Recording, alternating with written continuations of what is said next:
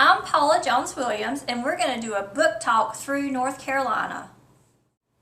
This book talk, I'm going to talk about North Carolina. This is a nonfiction book that tells us all about North Carolina. Through reading this, I learned a lot of facts myself. Like, for example, North Carolina was named after King Charles. North Carolina has a vast variety of landscapes, all the way from the mountains to the coast. A few things about the mountains that I did not know was that, well, I did know Mount Mitchell is the tallest mountain in North Carolina. I didn't know it was named after Elijah Mitchell. He's the first man who ever measured the mountain, and he said it was the tallest mountain. Some other scientists disagreed, so he had to remeasure it.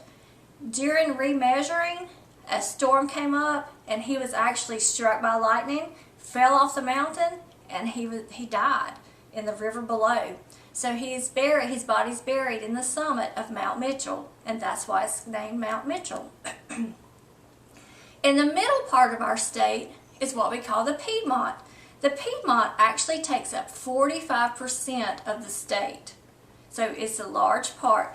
In the Piedmont, we have the UNC system, school system, and it has 16 campuses.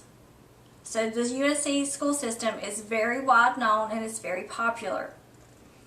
Our coast is a very popular spot for tourists. In the coast we have islands, capes, and there's shipwrecks. And there's some famous North Carolinians from the North Carolina coast. Most of you have probably heard of Blackbeard.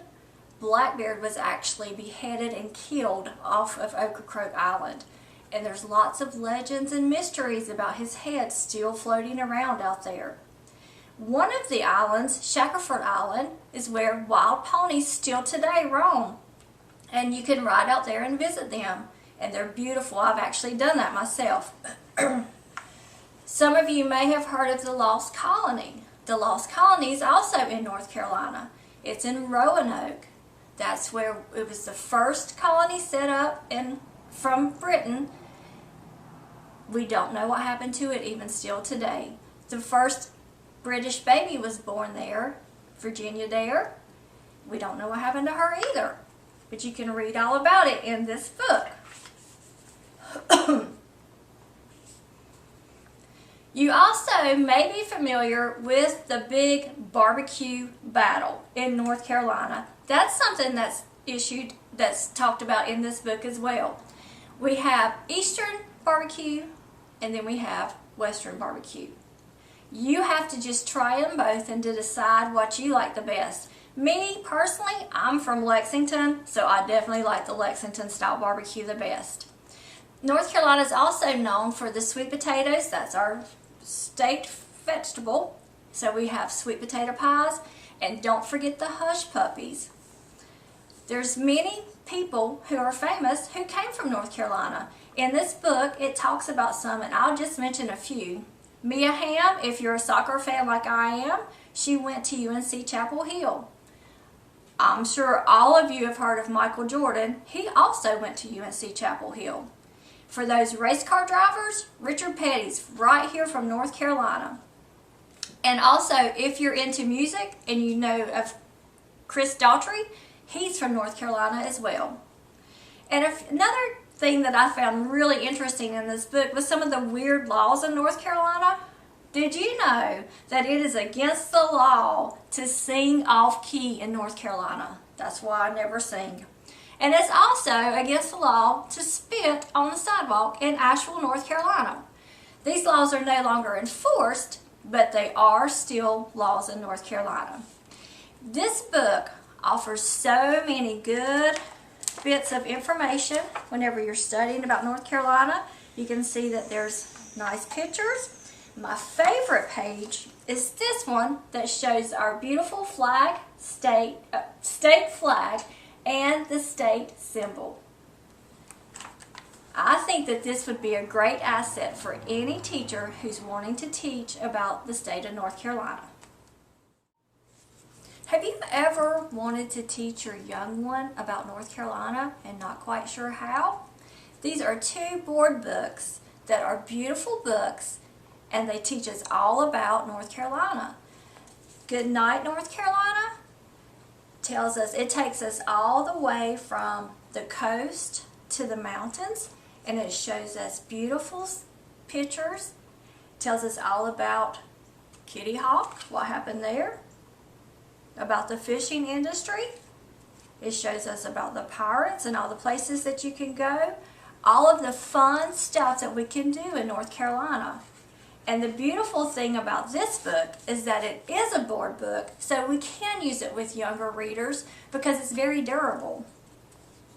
This book, Little North Carolina, also teaches us about North Carolina, but it does so through riddles. For example,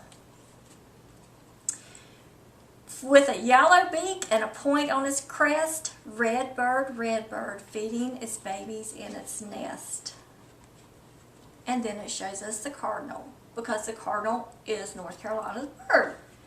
So both of these books are great books to use with our younger readers when learning about North Carolina. I'm going to talk about The Mysteries of the Lost Colony, written by Carol Marsh. She writes a lot of mysteries, and this is one of my favorites. In this story, she and Mimi and her husband Papa are going to take her two grandchildren, Christina and Grant, to the Outer Banks for a fun vacation. But Papa's playing the mystery girl needs a little work at the last minute, so they end up having to entertain Christina and Grant overnight before they go on their trip. So Christina and Grant love Mimi's stories. Most of the time, Christina and Grant are the characters in the mysteries, but she has a special one to share with them today. She and Papa went to Manteo and visited Roanoke, or the site of the lost colony. And while she was there, she met some friends who inspired her to be characters in a new mystery that she had written. The mystery is about Jeremy and Dennis. Jeremy's job was to write a speech because it was the 400th anniversary of the lost colony. And so he was nervous about it. He had to write about the savages, and he did not like them being called savages because he said that if someone came to take his land, he would be upset and be savage as well. Jeremy's grandmother had some gold coins that she was going to let everyone see for the celebration. But one night, up in the attic where Jeremy's bedroom was, he heard something, and the next morning they woke up to discover that the gold coins were missing. So Jeremy goes on a search, he and Dennis, to try to find out what happened to the gold coins, and during this, they ran into some savages of their own. They got a little nervous. I'm not going to tell you what happened because I want you to read the book yourself to find out how the mystery was solved. But you're going to love it. And during this book, you're also going to learn a whole lot of information about the lost colony, about the town of Manteo, and about how people today still celebrate and still try to solve the mystery of the lost colony. I hope you have enjoyed Book Talking through North Carolina. All of these books offer different things from the fiction to the nonfiction to the board books. I think that they would be a wonderful resource for a 4th grade teacher to use in a social studies unit. She could introduce facts about North Carolina. She could hook the children with the mystery that is awful fun. We could read about the North Carolina colony, and if she happens to have book buddies with a lower grade, the lower grades could even read and learn about North Carolina and share those facts with the 4th graders. All of these books are written about North Carolina. For those of you who don't live in North Carolina is a wonderful state. And for those of us who do, we have so much to offer, and I have learned a lot myself about through reading these books. I hope that you've enjoyed this, and I hope that this is a resource that you can use in your classrooms.